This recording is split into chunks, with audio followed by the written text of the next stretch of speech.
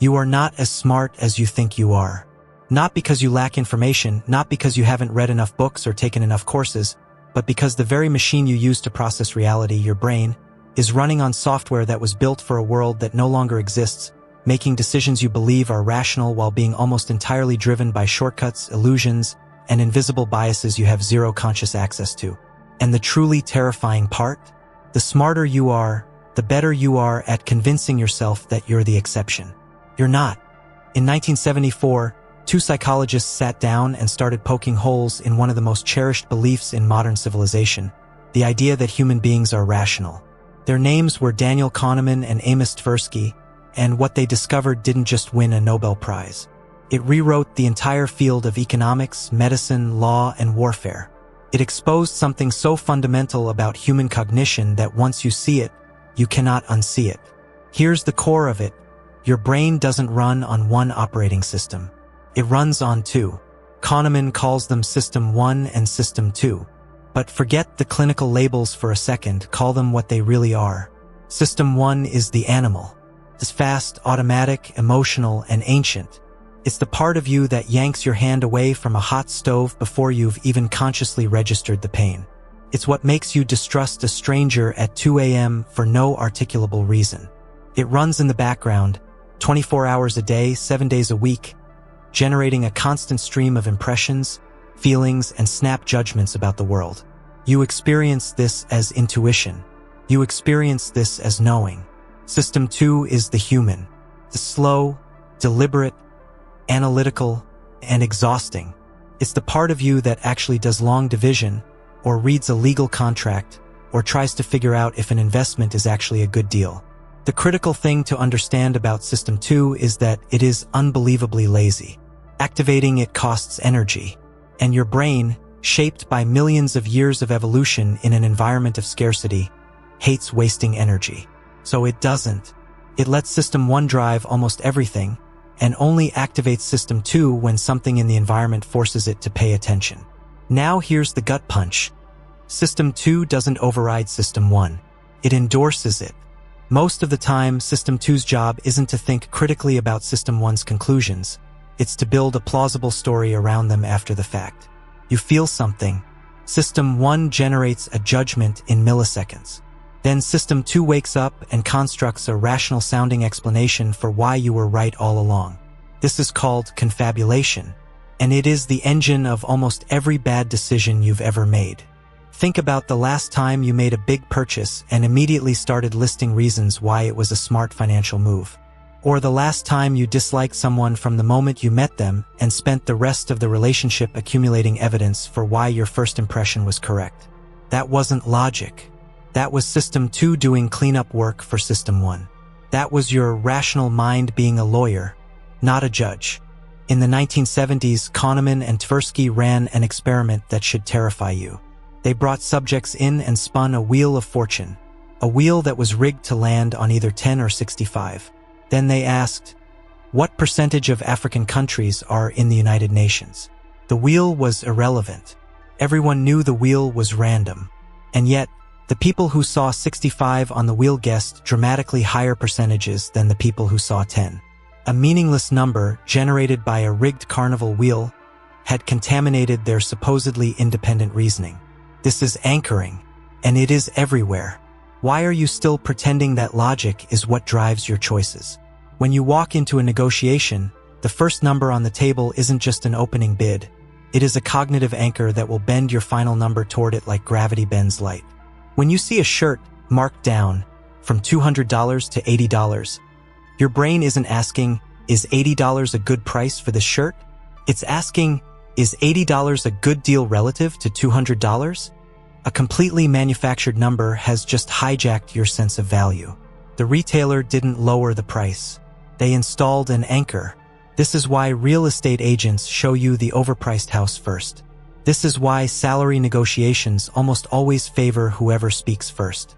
This is why software companies show you the most expensive tier before they show you the one they actually want to sell you.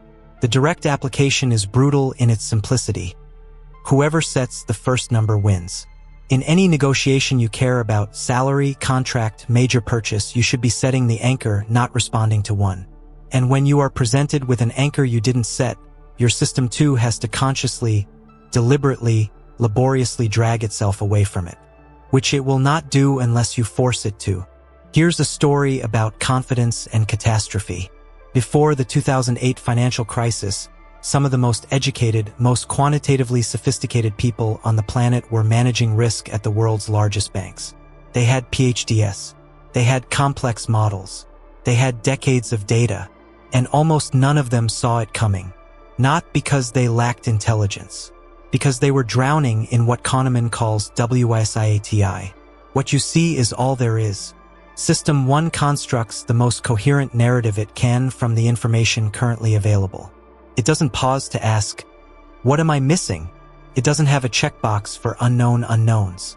It takes whatever data is in front of it, builds a story that makes sense, generates a feeling of confidence proportional to how coherent that story feels, and sends that confidence signal straight to your conscious awareness as certainty. The quants in 2008 had incredible amounts of data, but they had decades of rising home prices. Their models were trained on a world where home prices don't fall nationally, because in their dataset they never had. Wisiati, the absence of a crash in their historical data didn't mean crashes were impossible. It meant the sample was incomplete.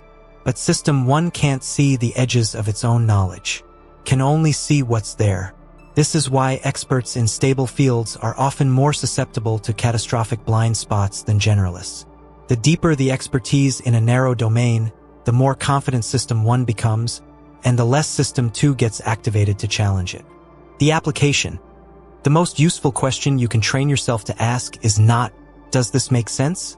It already makes sense. System 1 made sure of that. The question is, what would have to be true for this to be wrong? That single question is how you force System 2 out of retirement and make it do actual work. Kahneman and Tversky discovered something so irrational about human beings that it still doesn't seem real when you say it out loud. Losing $100 feels approximately twice as bad as gaining $100 feels good. Mathematically identical. Psychologically not even close. They called it loss aversion. And it is not a quirk or an edge case. It is the operating system of human motivation. Here's where this gets savage. Think about every relationship you've stayed in past its expiration date.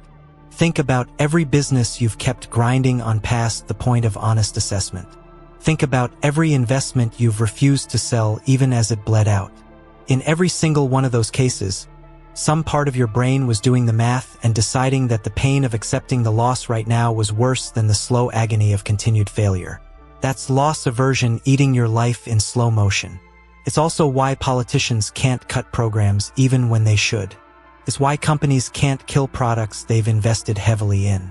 It's why entire wars have been extended beyond any rational justification, because the losses already incurred make stopping feel unbearable. And the only way the lizard brain can process that pain is to keep gambling for a recovery that will never come.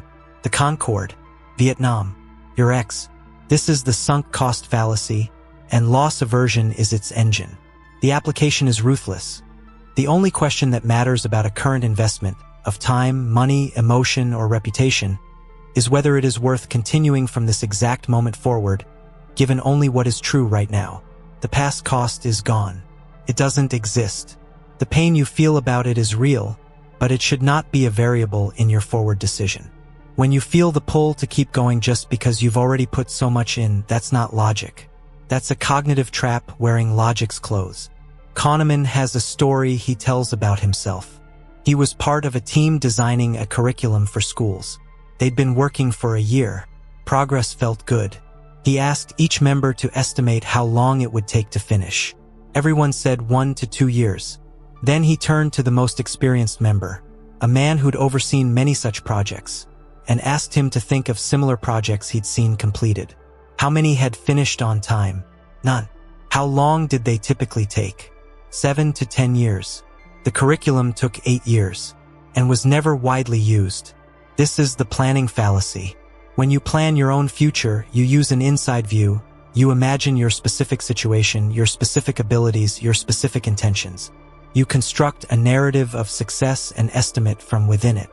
The result is chronic optimism, chronic underestimation, and the kind of delays and cost overruns that define almost every major project in human history. The antidote is the outside view. Find the base rate. Don't ask, how long will my project take? Ask, how long do projects like this typically take for people in my position with my level of experience? The outside view doesn't care about your intentions. It doesn't care that you're especially motivated this time or that your situation is different. It just tells you what actually happens to people in situations like yours. This is also called reference class forecasting. And consistently using it over a lifetime is one of the few concrete behaviors that actually improves the accuracy of human prediction. Not eliminating optimism. Optimism is useful. Using the outside view as a hard correction to bring the optimism back to something reality can survive. Here's the uncomfortable truth that Kahneman himself lived with for decades. Knowing all of this does not make you immune to any of it. He won the Nobel Prize in economics by demonstrating that human beings are systematically irrational, and he has said explicitly that knowing his research has not cured him of the biases his research describes. He still anchors. He still feels loss aversion. He still confabulates. Because this isn't about intelligence. It isn't about willpower. It's about architecture. System 1 isn't a bug you can patch. It's the foundation of the building. What you can do, what the whole point of this book is build friction. Build institutional checkpoints. Build the habit of asking, which system is driving this? Not to paralyze yourself with endless deliberation on every choice, but to know on the decisions that actually matter, on the ones that will compound over a lifetime, when to slow down, call system 2 off the bench, and make it do the slow, expensive, uncomfortable work it was built for. You are not your thoughts. You are the observer of your thoughts. And the gap between impulse and action, that tiny, almost imperceptible gap, is where every meaningful choice you will ever make actually lives. The brain that got you here is not the brain you need to get where you're trying to go. Not because it's broken, but because for the first time in human history you have a manual for it. Now you have no excuse.